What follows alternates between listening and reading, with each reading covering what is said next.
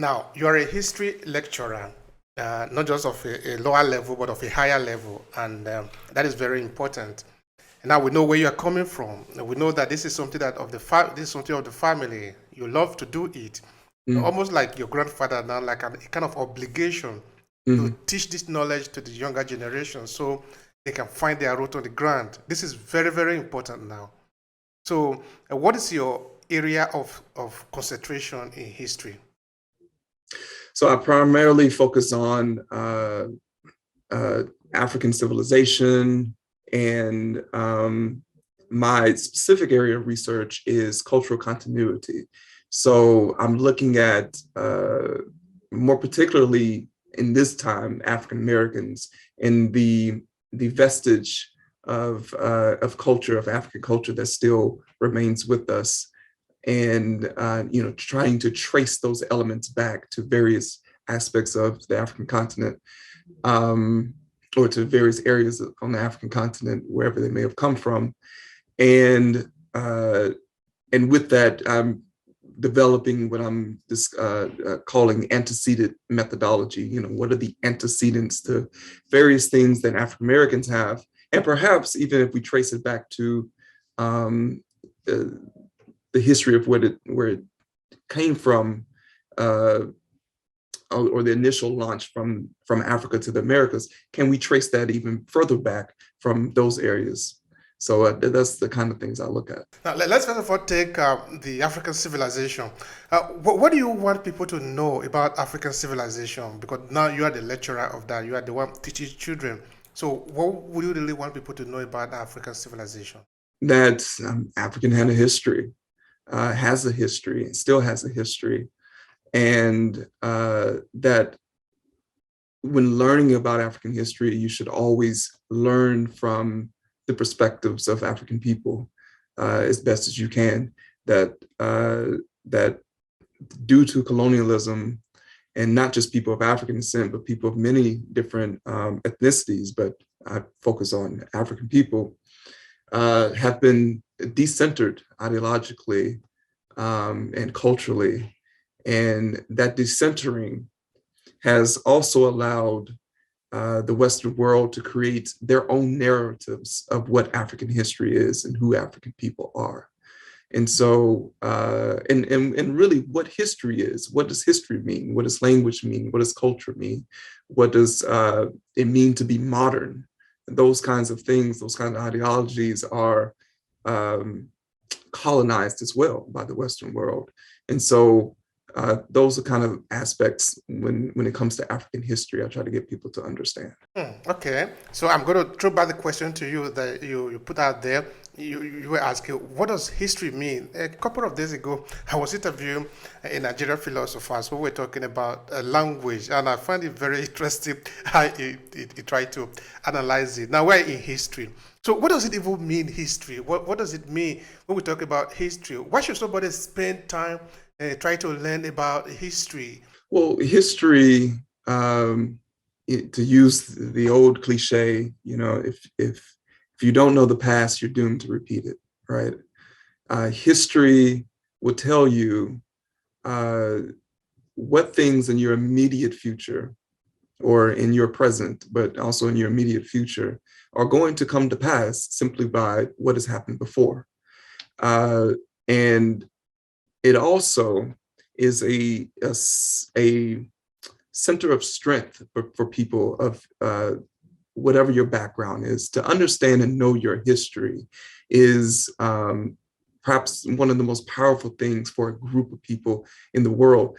And we know this because when you go into, or at least those of us who are in uh, Western countries or in colonized areas, when you're having to learn, Western, or you're going through a Western education system, you're taught history and you're taught their history, right?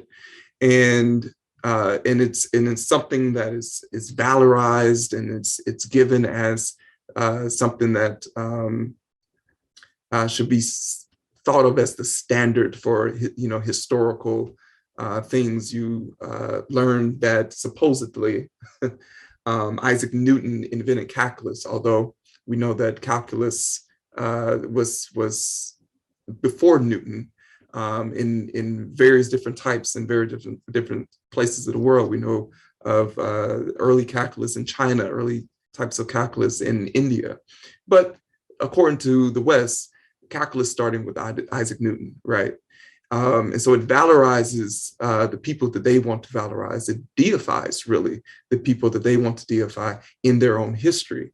And so once that occurs and you teach that to people who are outside of your cultural center, who are outside of your culture, who you are dominating, who you are colonizing, then whatever they are to themselves starts to become an inferior thing, and whatever you are is superior. So they want to seek your superiority and seek to emulate it, and it's, that's a horrible thing. Once you teach yourself your own history and you understand your own history from your own perspective, because it's not just a thing of learning your history. The West has continuously tried to present their notion of what our history is. The supposed famous or the supposed brilliant philosopher Hegel, right? When he talked of African history, he said Africa essentially has no history, at least nothing north of the Saharan border. Nothing south of the Saharan border. The only thing would be Egypt. And when he talks of Egypt, he talks of Egypt as if it shares more of a cultural center with Europe and with the East. But then he says that there's still this clearly childlike nature in Egyptian society that must have been influenced by these African people. And that's something that's not good for Egypt. So for centuries, people followed that and said, oh, well, Africa is the dark continent. It has no real history. All the people there are childlike. And when people were taken from the African continent and taught that same type of information, they're of African descent themselves, they're African people, but they're being taught that their history is a history of savages and that they come from a history of savages. And how else are people to interpret that other than I must be an inferior person to these people who are teaching this information? Now, we got a point that we're going to separate the conversation on. To start with, that it is not just neutral story that we're talking about here.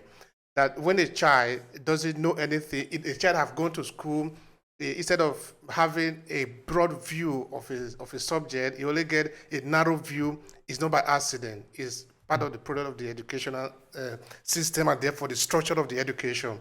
So if a lot of Africa went to European school and they don't know anything about African history, in terms of the detail of African history, it is not by accident. So thank you for that clarification. Absolutely. Now, as a historian, could you please give me a description? What do you mean by Afrocentrism? So that at least you help us to set a background here. Okay, so I'm not a practitioner of Afrocentrism. Afrocentrism it was a term that was created by detractors of the real term, which is Afrocentricity.